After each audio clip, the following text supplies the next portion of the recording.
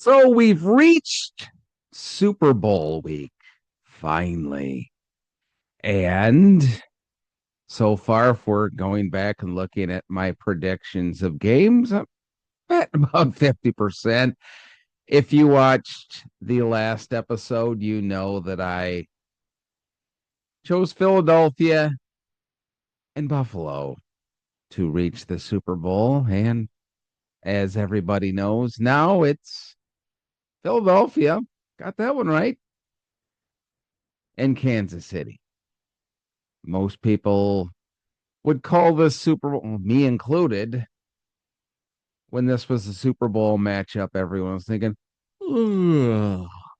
But, it is what it is because it's the Super Bowl. I'm still going to watch. I've been watching them most of my life. I don't want to say how many or what the first Super Bowl 12.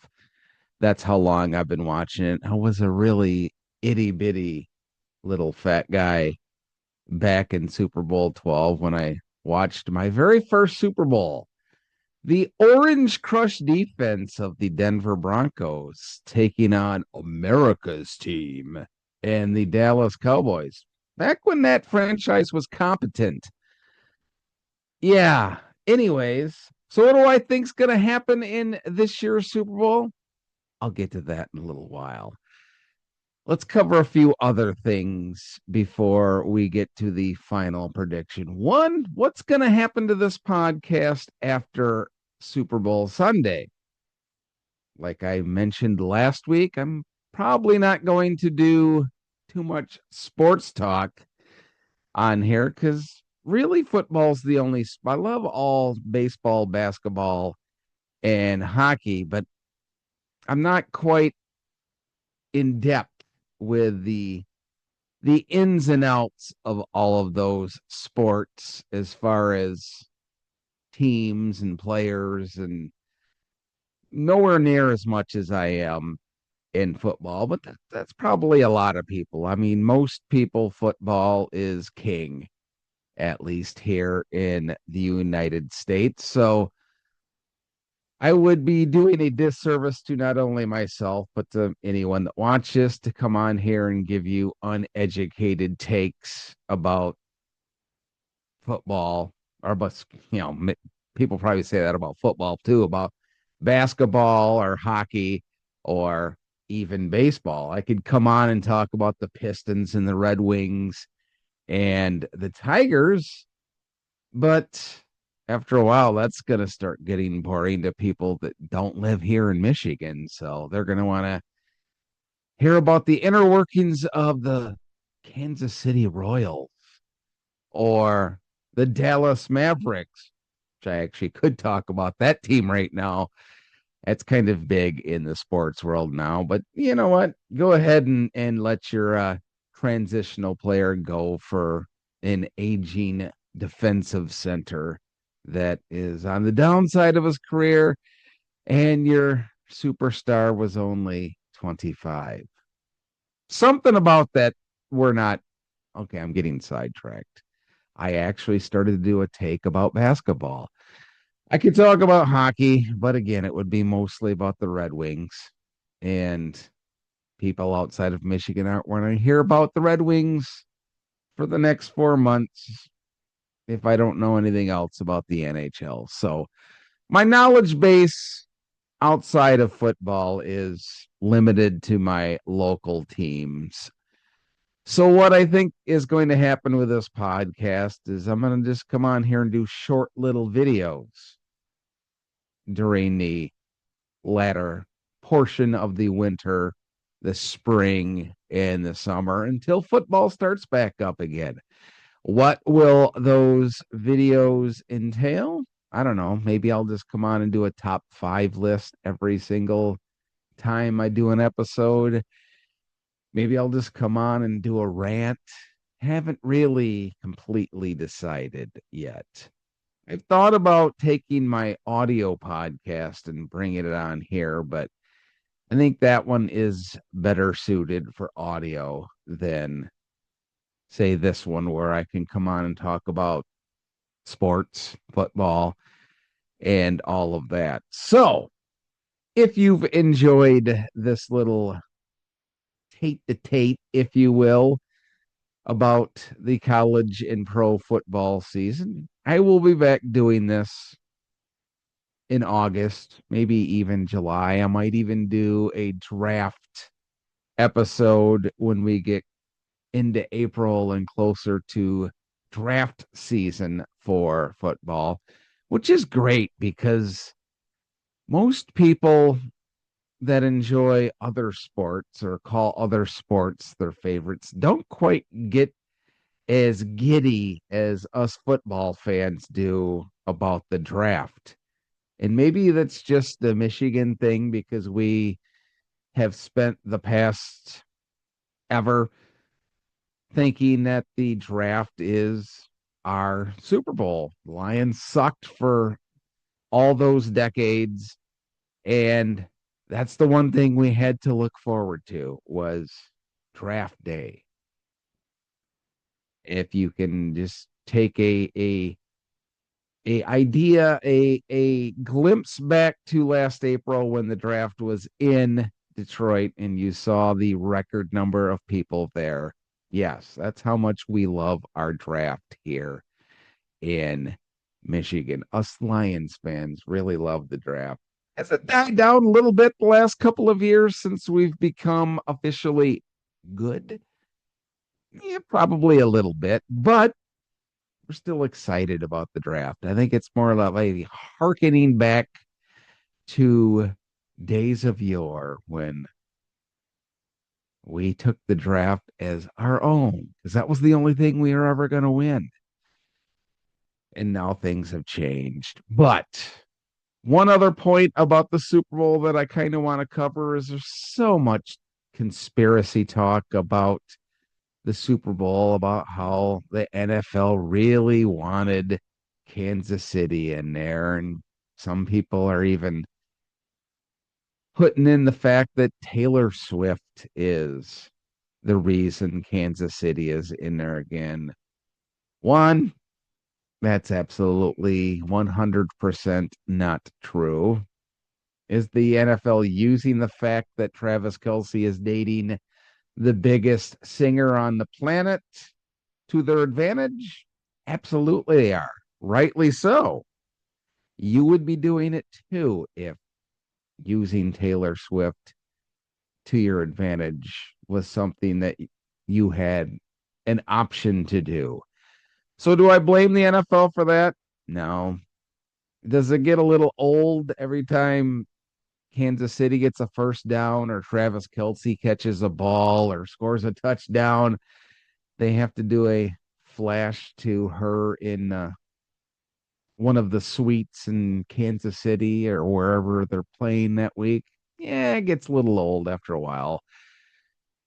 The second point is the conspiracies people are making up about the referees are all in to get Kansas City to the Super Bowl. Well, quite frankly, no, because their reasoning behind that is the NFL wants Kansas City in the Super Bowl so they can make all the money they can. Let's be completely honest with that idea of the NFL. Let's be uber honest. Is the NFL all about making money? Absolutely, they are.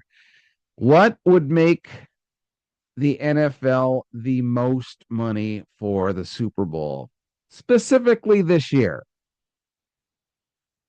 I think if you took two teams that have a passionate fan base, two teams that have been despot as far as Super Bowl success, two teams that are still looking for their first Super Bowl championship. I think if you pitted those two teams together, that would be a cash cow the NFL would be all about. So if it is rigged and set up and predetermined like professional wrestling, I'm pretty sure the NFL would somehow work it to where the Detroit Lions would play the Buffalo Bills in the Super Bowl. That would be the cash cow. The NFL would have dump trucks of money backing up to their bank accounts if that happened. So do I think the fix is in to get Kansas City in? No. Do I think they get some preferential treatment because they're the Kansas City Chiefs? Yes. Yes, I do. But that happens in all sports with all superstars of all great teams. Just think back to the 90s with the Bulls. They were called the Jordan rules for a reason because they got all the calls and rules were changed to benefit their style of play, and the rest of the league just had to move along. Still happens in basketball to this day. Superstars get the ticky tack calls, and non superstars will sit there and whine and complain because they get hammered and there's no foul call. Whereas LeBron runs through the lane and somebody sneezes on him, man, they get teed up. So, yes, in that aspect, as far as being the gold standard, the superstar team, then yes, they do get the benefit of the doubt with some calls that, let's be quite frank, a lot of them are pretty rigged, pretty bad. Like the double hit on Mahomes in the divisional round of the playoffs against Baltimore when he wasn't even really touched and they called roughing on Baltimore. So yeah, they do. They get preferential treatment with flags, but like I said, that's nothing new in sports. So does it suck if you're not a Chiefs fan? Yes, it does. Is it the reason they beat Buffalo? No, it's not. The reason that they beat Buffalo is Buffalo had many opportunities to succeed in that game. And one at the very end of the game was a technically it's not a dropped pass because he had to reach back for it, but a professional receiver in the NFL, what's the standard rule? If the ball hits your hands, you should catch it. Yeah, that ball should have been caught. Other rings, they did the. I know they don't call it the tush push in Buffalo. I don't. Do they actually have a name for the brotherly shove in Buffalo? The Bills something. I don't even know if they have a name for it. The tush push. But they did that three times and failed all three times. And I know fans are complaining that the last one that Josh Allen was over the line and it shows the riggedness of the game when one official on the far side had the ball placed, and then the official on the near side of the field had it marked a little bit further, indicating a first down. Well, it ended up getting reviewed and not overturned. And I'm not going to go back to the conspiracies that I made a few minutes ago because I just told you the NFL was about making money. Having the Bills in the Super Bowl would definitely help them monetarily. So, was the fix in? No, I don't think the fix was in. The problem is, and we heard it on the broadcast, was they even said it. I mean, Romo and Nance even commented that they noticed that every time they do the tush push in Buffalo, Josh Allen always goes over the left guard, which is exactly what they did three times. And they even mentioned that Kansas City mentioned that they noticed it in film study that he always goes over the left guard. And what did they do three times in that game? Went over the left guard. So Kansas City was ready for that. And maybe if he'd have gone over the right guard or right up the gut like they do in Philly, it could have turned out a little bit different.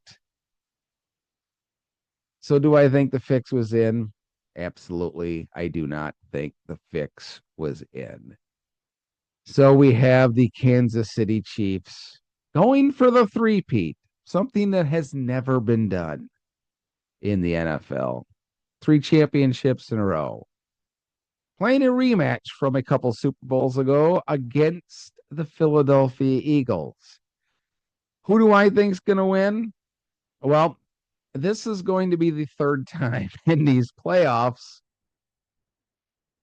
that I'm actually going to pick against the Chiefs. So if you go by that logic, I'm 0-2. I'm due for a win. I think Philadelphia's running attack is going to be proved to be a little too much for Kansas City, even though Kansas City has a great defense. I think Saquon Barkley and that rushing attack is going to be a little too much for Kansas City. Because let's be frank, in the first half of the Buffalo game, Buffalo was just running up and down the field on Kansas City. And then for whatever reason, they quit running the ball. So I don't know why, but I think Philadelphia cashes in with Saquon and they defeat the Kansas City Chiefs in the Super Bowl. Probably means I'm wrong since I've picked Kansas City to lose twice and both times they've won. So we're getting a three-peat, folks. But I'm sticking with it. I think Philadelphia is going to pull off the little minor upset and win the Super Bowl. Let me know what your prediction is in the comment, and maybe we'll come back on for a season wrap-up episode and see who did well. Let's give a score, too. So I think Philadelphia is going to win this game, say 27-23. There's my score. I say Kansas City. Philadelphia 27, Kansas City 23. What's your score? Let me know in the comments and we'll revisit after the Super Bowl. Enjoy the game, everyone. And hey, if you also want to let me know in the comments what you're going to feast on for the Super Bowl, that'd be great too. I think I'm going with buffalo and teriyaki chicken. Not that anyone asked, but now you know. Let me know in the comments. Enjoy the game. We'll be back next week to wrap things up.